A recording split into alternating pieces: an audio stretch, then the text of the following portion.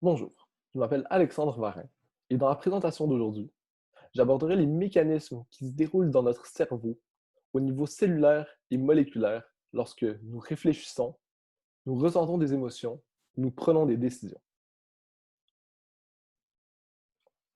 Le fonctionnement du cerveau humain est d'une extrême complexité. En effet, ce dernier est composé d'environ 100 milliards de neurones qui communiquent entre eux afin de créer une chaîne d'informations. La communication entre deux neurones est appelée la transmission synaptique, qui peut être séparée en trois étapes.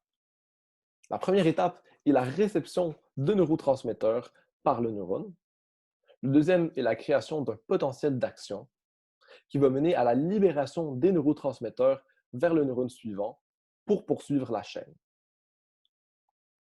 La réception des neurotransmetteurs est la première étape et en fait la création d'un message chimique. À gauche, on voit deux neurones, l'un à la suite de l'autre. Le premier neurone de la chaîne est celui qui envoie l'information et qu'on appelle le neurone présynaptique. Le second et celui qui reçoit l'information est appelé le neurone postsynaptique. C'est important de noter que les deux neurones ne se touchent pas et qu'ils sont séparés par un espace microscopique qui s'appelle la synapse. À gauche, on voit la synapse plus en détail. Le neurone présynaptique libère des neurotransmetteurs, qui sont des molécules chimiques qui vont aller se fixer sur le neurone postsynaptique. Les neurotransmetteurs les plus communs sont le glutamate, le GABA, l'acétylcholine, la sérotonine, la norépinéphrine et la dopamine. Ce sont sur ces neurotransmetteurs et sur cette transmission que vont agir plusieurs drogues pour réguler l'attention et l'humeur. La deuxième étape de la transmission synaptique est le potentiel d'action. Cette étape-ci, le, le message chimique va se transformer en message électrique. Comme on voit à gauche, l'intérieur de la cellule est plus concentré en ions de potassium, alors que l'extérieur de la cellule, au repos, est concentré en ions de sodium. Comme il y a une plus grosse concentration d'ions à l'extérieur de la cellule qu'à l'intérieur de la cellule, l'intérieur est légèrement négatif par rapport à l'extérieur et s'y crée ce qu'on appelle le potentiel de membrane au repos, qui est situé à moins 70 millivolts. Lorsque les neurotransmetteurs se fixent sur les récepteurs du neurone postsynaptique, ceci mène à l'ouverture de canaux ioniques qui vont laisser rentrer des ions de sodium à l'intérieur de la membrane.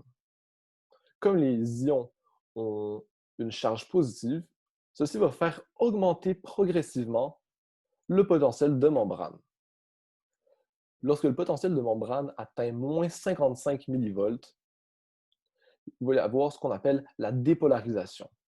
À moins 55 millivolts, c'est le seuil d'action où tous les canaux, des canaux voltage dépendants, vont s'ouvrir et vont laisser rentrer une grande quantité d'ions de sodium à l'intérieur de la cellule, très très rapidement, ce qui va mener à la dépolarisation et l'augmentation du potentiel de membrane jusqu'à 30 millivolts. Ceci crée donc un influx électrique qui traverse le neurone.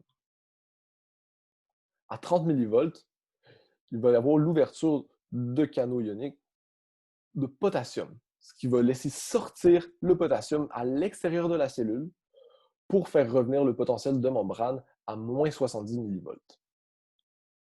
Finalement, afin de retrouver le gradient chimique qu'on avait au départ, et donc le potentiel de repos, il y a ce qu'on appelle une pompe sodium-potassium qui va laisser sortir les ions de sodium qui sont maintenant à l'intérieur de la cellule et vont faire rentrer les ions de potassium vers l'intérieur.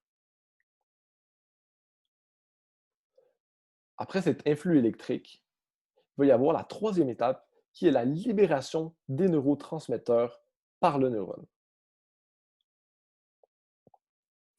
Comme on voit sur la figure de gauche, l'influx électrique arrive à la fin du neurone dans les boutons synaptiques. Lorsque l'influx électrique arrive, il va y avoir l'ouverture de canaux voltage dépendants de calcium. Ces canaux de calcium, lorsque l'influx électrique arrive, vont libérer des petits ions de calcium vont faire rentrer en fait de l'extérieur de la cellule des ions de calcium vers l'intérieur de la cellule. Ces ions de calcium, dans le bouton synaptique, vont aller faire fusionner les petites vésicules synaptiques avec la membrane. Comme on voit donc sur la figure de gauche, les petits ronds ici sont les vésicules synaptiques et contiennent les neurotransmetteurs. Lorsqu'ils fusionnent avec la membrane, les neurotransmetteurs sont libérés dans la fente synaptique pour aller se fixer sur le prochain neurone. Pour s'assurer que les neurotransmetteurs ne restent pas dans l'espace synaptique trop longtemps, il y a 3 mécanismes possibles. Il y a donc, parfois, ils vont être détruits par des enzymes. Certains vont être récupérés dans le bouton synaptique pour être réutilisés plus tard. Et certains vont simplement s'éloigner et quitter l'espace synaptique par diffusion. Si on regarde la figure de droite, on voit justement deux synapses. En fait, on voit la synapse de deux neurones et les petites boules qu'on voit à l'intérieur ici sont les vésicules synaptiques vues au microscope électronique. Ceci fait donc en sorte que le cycle continue. Les neurones sont libérés dans l'espace synaptique par le neurone pour aller se fixer vers le prochain neurone.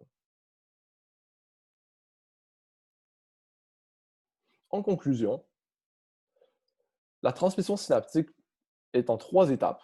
La première, la réception des neurotransmetteurs.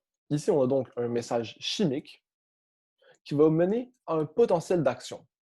Le potentiel d'action est en fait un message électrique qui va traverser le neurone et va mener à la libération de neurotransmetteurs particuliers en fonction du message reçu. Et la libération de ces neurotransmetteurs va reconvertir le message électrique en message chimique. Le message chimique va donc être transmis au prochain neurone pour poursuivre cette chaîne d'information. C'est crucial de comprendre ce processus parce que c'est ceci qui permet l'élaboration de drogues ou de médicaments pour le traitement de maladies neurodégénératives comme l'Alzheimer ou encore pour le traitement d'épilepsie. Merci beaucoup pour votre écoute et si vous avez des questions, n'hésitez pas à me contacter. Merci, bonne journée.